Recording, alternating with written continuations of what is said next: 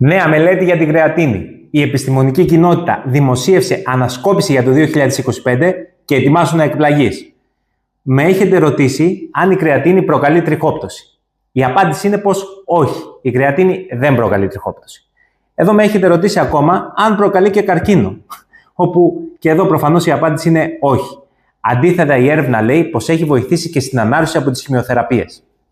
Επιπλέον, δεν φάνηκε καμία αρνητική επίδραση στα νεφρά ή στην αρτηριακή πίεση σε υγιείς ανθρώπους.